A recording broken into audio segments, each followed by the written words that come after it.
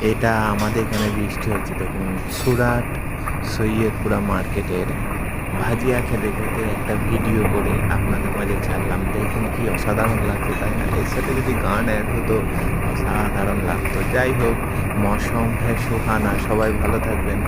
রাত থেকে শ্যুট করছি, সকলের জন্য অনেক দোয়া ও ভালোবাসা রইল।